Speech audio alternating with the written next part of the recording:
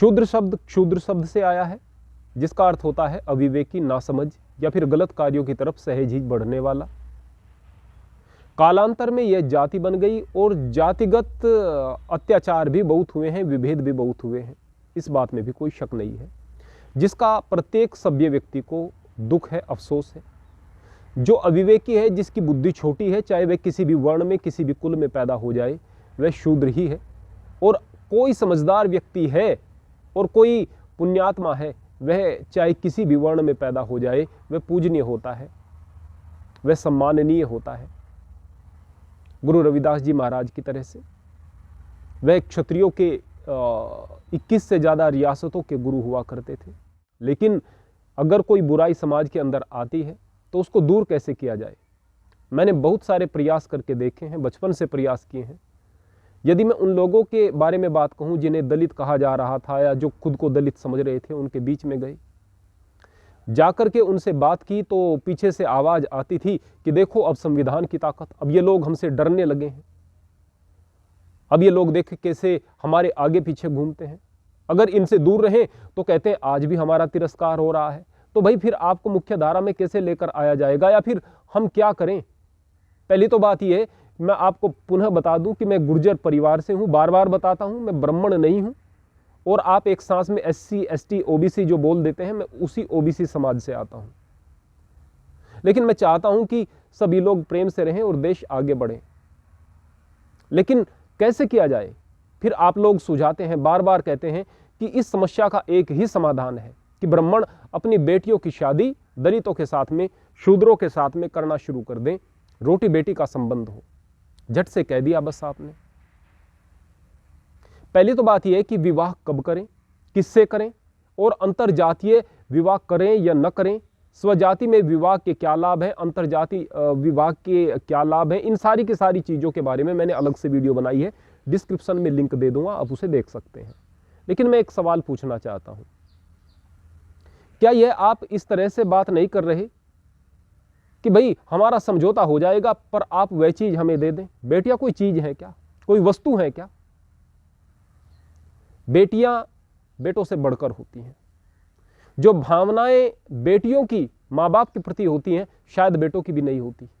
और बेटियों ने बार बार साबित करके दिखाया है, उनका दिल धड़कता है अपने परिवार के लिए, और जहां पर जिस परिवार में जाती हैं, सब कुछ त्याग करके जाती हैं, उस परिवार को बेहतर बनाने के लिए भी अपने पूरे जीवन का बलिदान कर देती हैं। इनको बस ऐसे ही दे दें कि संबंध बेहतर बनाने हैं,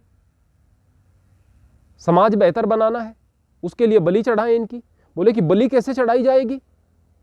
एक बात बताइए मुझे, आप जब जूते खरीदते हैं ना, तो जूते भी क्या आप केवल यह देख करके कि यह रेड चिप के जूते हैं, ये एक्शन के हैं या लखानी के हैं, ऐसे ही आप मंगा लेते हैं? नहीं, आप डिजाइन देखते हैं, पसंद करते हैं। केवल कंपनी के नाम पर, आपको अगर लखानी ही पसंद है तो केवल लखानी के नाम पर नहीं मंगाएंगे। आदमी अगर अपनी जाति में, अपनी बिरादरी में भी ब्याह कर रहा है अपनी बेटी का, तो ऐसे ही कि हमारी बिरादरी का है क्या, ऐसे ही ब्याह कर देता है क्या? वह देखता है कि हमारे परिवेश के अनुरूप सामने परिवेश है या नहीं, जिस तरह से हमारी बेटी पली बड़ी है उस तरह से वहां पर रह पाएगी या नहीं, संस्कार भी वैसे हैं या नहीं। हजार चीजें देखता है, खानदान देखता है, 10 चीजों को देखता है, तब जाकर के वहां पर अपनी बेटी का विवाह करता है। क्या ऐसा गलत करता है? बिल्कुल नहीं। बेटियां जिगर का टुकड़ा है, ऐसे ही विवाह नहीं किया जा सकता है भाई। सवाल यहां जाति का नहीं है, सवाल बेटी का है। अपनी ही जाति में 10 चीजें देखती हैं। अगर मैं दलितों के विषय में बात करूं, जो अपने आप को दलित कह रहे हैं, हम नहीं कह रहे हैं, आप कह रहे हैं, आप लोग भी आपस में किसी के साथ ही बेटी का विवाह नहीं कर देते हैं, देखते हैं पहले। और वहां पर भी दलितों में भी बहुत सारी जातियां बनी हुई है, वहां पर भी आप लोग बहुत सारे बैरियर्स बनाए हुए हैं आप लोगों ने, वहां पर आप अंतरजातीय विवाह नहीं करते। दलित हैं वो, दूसरे भी दलित हैं, वो भी शूद्र हैं, वो भी शूद्र हैं, आपके अनुसार वहां पर भी ऐसे ही शादी नहीं कर देते। और अगर कर भी रहे हैं तो वहां पर एक जैसा कल्चर आपको मिल रहा है, जहां पर ब्राह्मण और दूसरे लोग हैं वहां पर कल्चर का बहुत सारा फर्क मिल जाता है। अब कहें कि नहीं भाई कल्चर हम उनसे भी बेहतर बना लेंगे, बिल्कुल है। वर्तमान समय में बहुत सारे ऐसे लोग जिन्हें शूद्र कहा जाता था, वे ब्राह्मणों से भी बढ़कर हो रहे हैं, और आज भी हैं और पहले भी रहे हैं। बहुत सारे ब्राह्मण, बहुत सारे क्षत्रिय, बहुत सारे हमारी बिरादरी के, दूसरी बिरादरियों के लोग इतने निकृष्ट कार्य कर रहे हैं जिनको शूद्र से भी नीचे की श्रेणी में, राक्षस से भी नीचे की श्रेणी में रखा जाए, इस बात में शक नहीं है। लेकिन मैं एक बात यहां पर पूछना चाहता हूं, यदि कोई परिवार बेहतर हो गया, अब वह मांग कर रहा है कि मुझे तो ब्राह्मण की बेटी के साथ में अपने बेटे का विवाह करना है। अब ब्राह्मण ने यह देखकर कि सामने जो परिवार है वह परिवार अच्छा है, बेहतर है, अपनी बेटी को दे दिया वहां पर, तो क्या सारी चीजें ठीक हो जाएंगी? वो परिवार ही पर्टिकुलर बेहतर हुआ है। अभी वो जो रिश्तेदार है ना, उसकी बुआ है लड़के की, उसकी मौसी है, उसके मामा है, उसके चाचा ताऊ, वो कुटुंब, वो परिवेश, वो वहीं का वहीं है। हर एक फंक्शन में, हर एक त्योहार में वो लोग आए जाएंगे। फिर वह अगर कहीं पर मैं देखता हूं कि 13वीं भी हो रही है, वहां पर भी मृत्यु भोज हो रहे हैं और उसमें सर पर जो है शराब का गिलास रख करके डांस हो रहा है। इस तरह के परिवेश का क्या वहां पर घुटन महसूस नहीं करेगी वो बेटी, या वो परिवार इस बात के लिए नहीं पछताएगा कि तूने क्या कर दिया? जब वो लोग रिश्तेदारी के नाम पर वहां पर जाकर के बैठेंगे और अशभ्य शब्दों का प्रयोग करेंगे तो फिर क्या होगा? तो यहां पर कुछ लोग कहेंगे कि क्या सारी सभ्यता का ठेका ब्राह्मणों ने लिया है? अरे नहीं भाई, नहीं लिया है।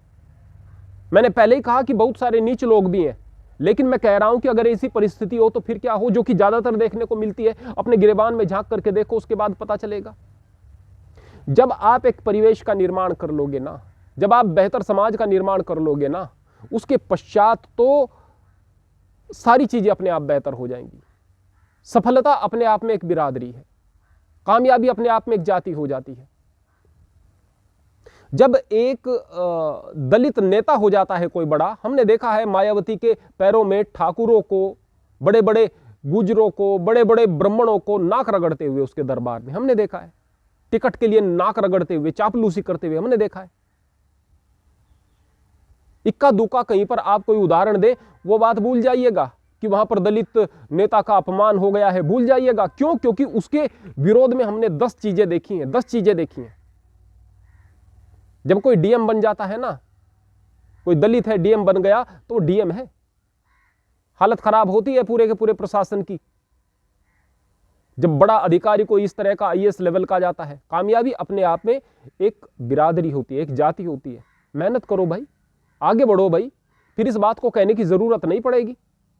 हम बार बार कह रहे हैं कि भाई ये आरक्षण तो हमारा अधिकार है, ये केवल आरक्षण आपको आगे नहीं बढ़ाएगा। बहुत सारी कौम ऐसी हैं, मैं बार बार कहता हूं, बहुत सारी ऐसी कौम है जो जीरो पर आकर के खड़ी हुई थी और उन्होंने अपने आप को साबित करके दिखाया है बगैर आरक्षण के। पंजाबी आए थे पाकिस्तान से, कोई आरक्षण नहीं लिया उन्होंने, कोई सुविधा की मांग नहीं की, बस अपने काम पर लग गए।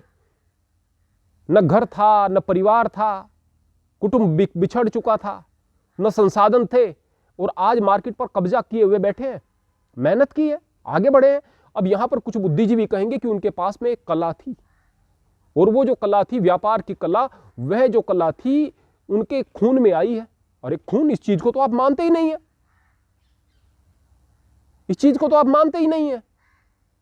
खून में आती है चीजें वगैरह वगैरह, नहीं मानते आप लोग, फिर इस तरह की बात क्यों कर रहे हैं? बोले नहीं, उन्होंने परंपरागत रूप से वो चीजें सीखी हैं, इसलिए परंपरागत रूप से उन्होंने सीखी है। कहां से सीखी है? आप लोगों को सीखने से किसने रोका है? कि बाहर से आक्रमणकारी आए थे और उन्होंने, पहली तो बात, आपको कुछ चीजें गलत पढ़ाई गई हैं। और अगर कहें आपके शब्दों के अनुसार कि बाहर से कोई आदमी आए थे, वो 10% नहीं थे, 90% आप थे। 10% नहीं हो सकते आक्रमणकारी। कैसे आपको गुलाम बना लिया, कैसे आप पर अत्याचार किए 90% पर? कुछ तो कमियां रही होगी, उन कमियों को दूर करो भाई। बोले कि हिंदुओं के साथ, हिंदू क्यों कहते हैं कि हम पर आक्रमण हुए? अरे भाई, उनकी भी कुछ कमियां रही होंगी, तभी जाकर के वो गुलाम रहे हैं। उन कमियों को ठीक करो।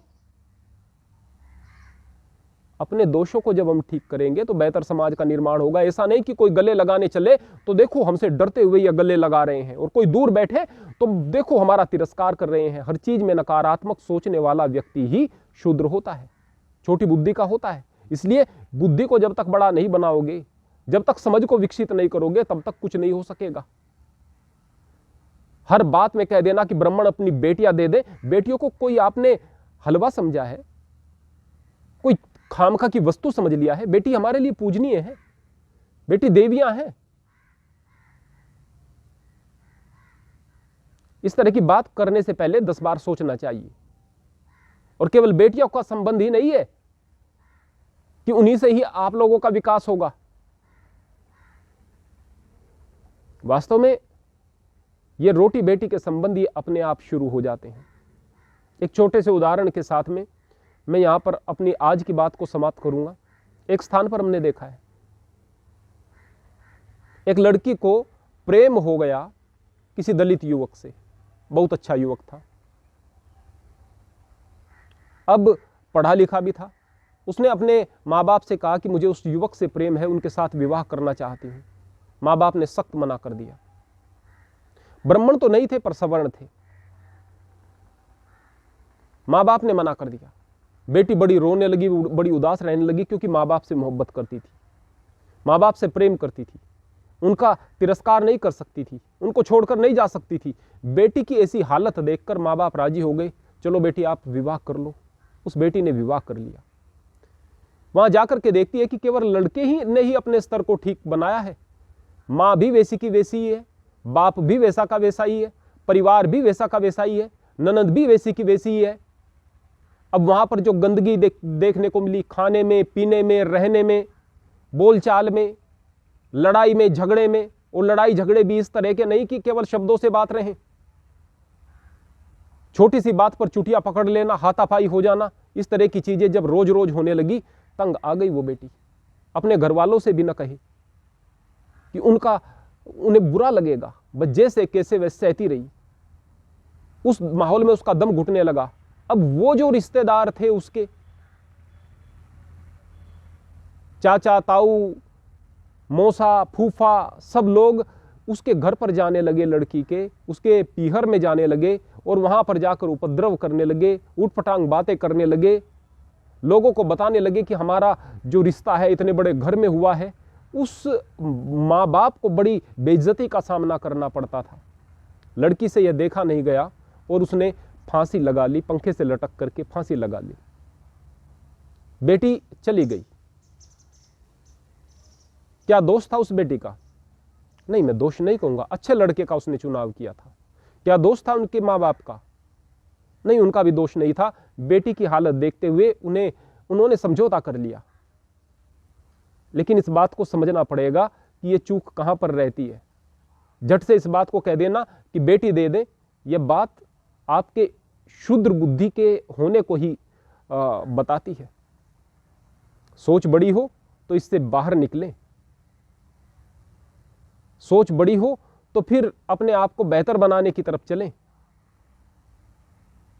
बार बार लड़ाई की बात करते हो, लड़ाई कितनी जीती है आप लोगों ने, कितनी जंग जीती है? बोले अवसर नहीं, अरे लड़ाई के लिए कौन सा अवसर देना होता है? जो बाहर से आक्रमणकारी आए थे भगाते उनको।